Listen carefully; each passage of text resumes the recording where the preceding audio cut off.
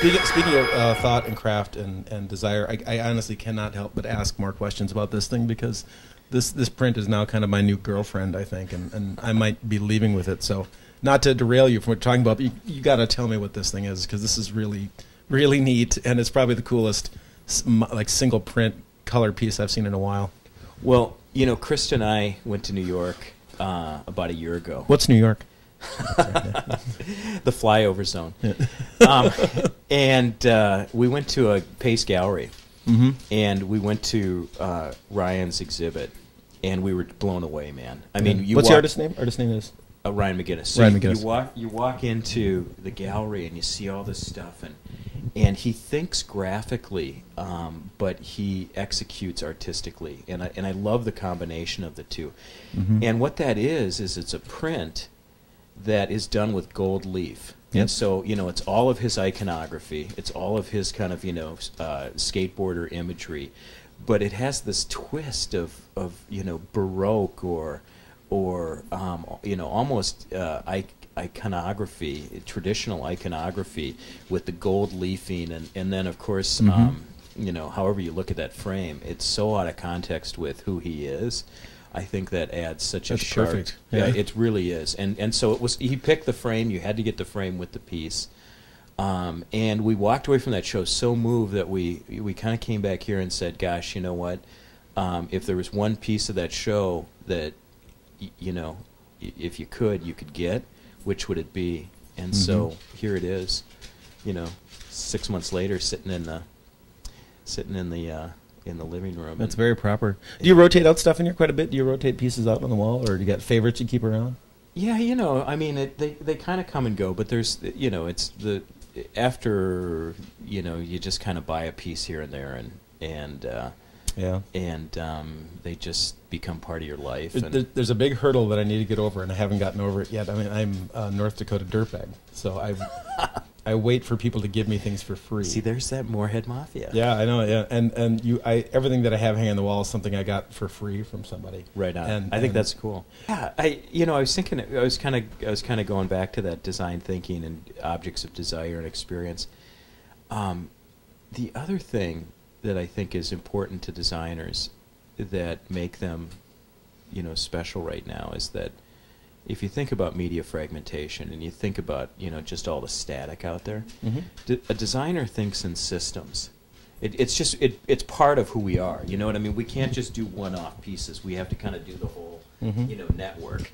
And design the day. You have to design the entire day. Well, the entire experience. You know, from the thing you touch to the online experience to, and I think that, you know, kind of building the old way of looking, the old school of looking at design was, you know, call it in with, you know, with 3 days left and see what they can do, and it played a, you know, kind of a more of a cake decorator role.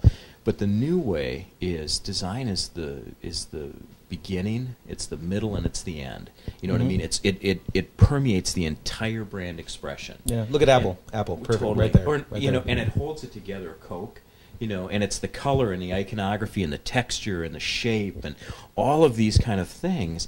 And so, you know, with, what is it, 89,000 different brands launched in 2008. Are you kidding me? Really? Yeah, I read that. And with the average attention span, it makes me feel like I didn't work hard enough. Like, geez, gosh, I should have done more.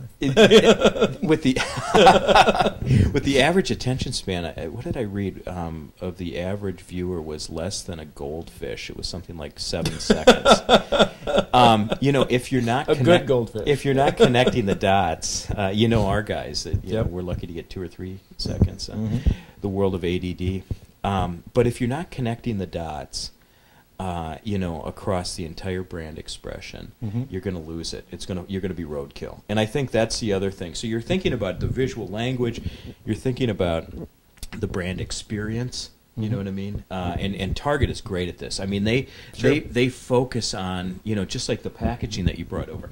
They focus on what's the closest thing to the purchase, whether it's the environment you walk into, you know, the thing you touch, the actual package, you know, what you walk out of the store with. The credit card you use. The credit card you use. All of these things that are so close to the purchase become essential to how we connect with brands. And they invest a lot of respect. They invest a lot of respect. They invest a lot of energy. They invest a lot of...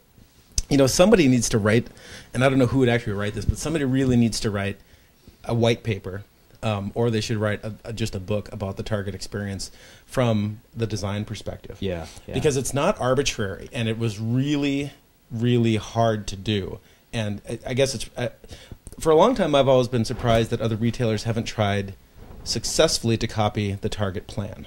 And maybe at this point, I've kind of realized that maybe you can't copy it. Yeah. Because you can think back to those days when it was really, it's like Monica Little and Amy Valentine and Sharon Werner, like those three people that all of a sudden just decided to give a shit. Like they just started to give a damn in like 89 or 90. Yeah. And it was an elite group, and also the Dayton Hudson experience. And they have continued to reinvest into that by hiring small design companies and small environments to the point where they might have 100 or 200 small design entities working on it, and look at the yield. Yeah. Look at it in comparison to any other the big box brands. No one else is really replicating that. Well, and if you go back 20 years, Jeff, retail was the bottom of the barrel. Yeah. You know what I mean? It was mattress ads, and it was people like John Jay. Yeah, you know there what you I mean? go. And Yeah. Robert Yeah. Valentine. Yep.